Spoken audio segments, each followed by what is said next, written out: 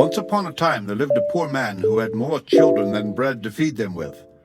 However, they were strong and willing, and soon learned to make themselves of use to their father and mother, and when they were old enough, they went out to service, and everyone was very glad to get them for servants, for they worked hard and were always cheerful.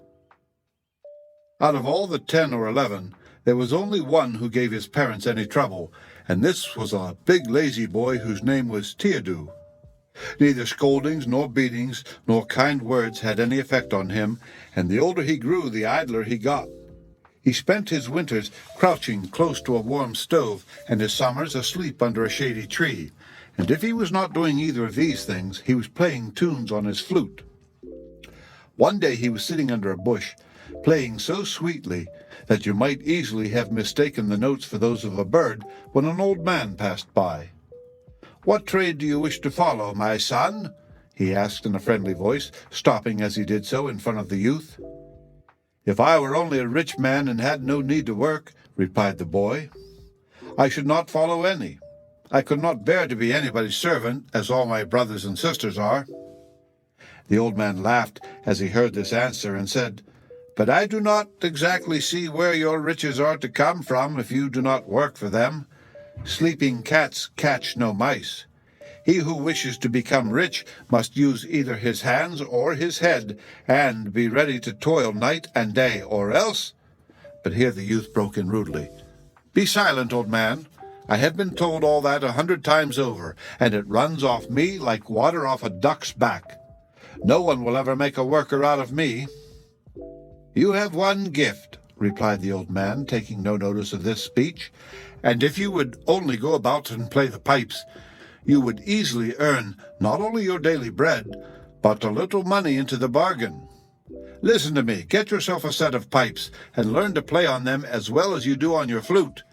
And wherever there are men to hear you, I promise you will never lack money." "But where am I to get the pipes from?" asked the youth.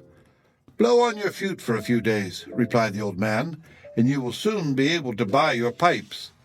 By and by I will come back again and see if you have taken my advice and whether you are likely to grow rich." And so saying, he went on his way. Tiidu stayed where he was a little longer, thinking of all the old man had told him, and the more he thought, the surer he felt that the old man was right. He determined to try whether his plan would really bring luck, but as he did not like being laughed at, he resolved not to tell anyone a word about it. So next morning he left home and never came back. His parents did not take his loss much to heart, but were rather glad that their useless son had for once shown a little spirit, and they hoped that time and hardship might cure Tiidu of his idle folly. For some weeks Tiidu wandered from village to another, and proved for himself the truth of the old man's promise.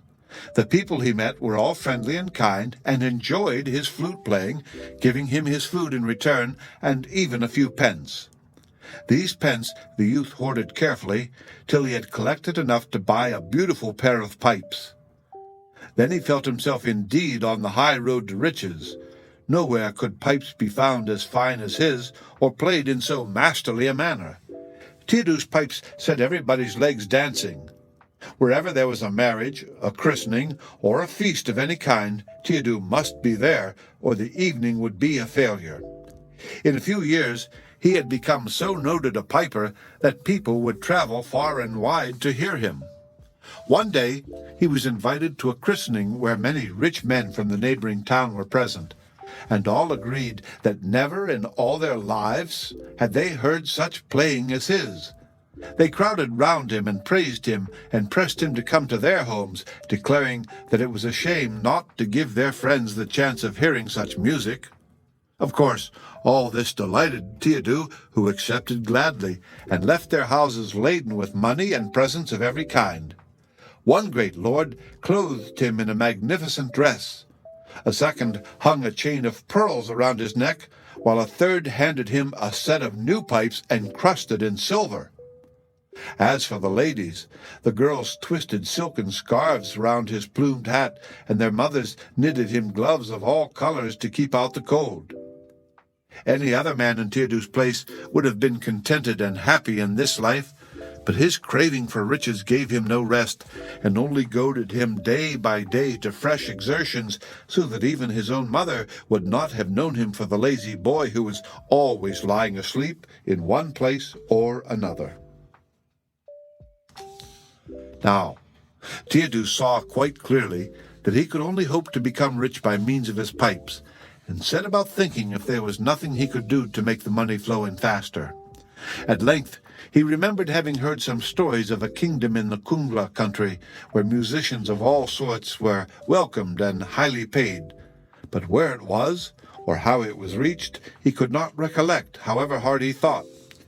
In despair, he wandered along the coast, hoping to see some ship or sailing boat that would take him where he wished to go, and at length he reached the town of Narva, where several merchantmen were lying at anchor.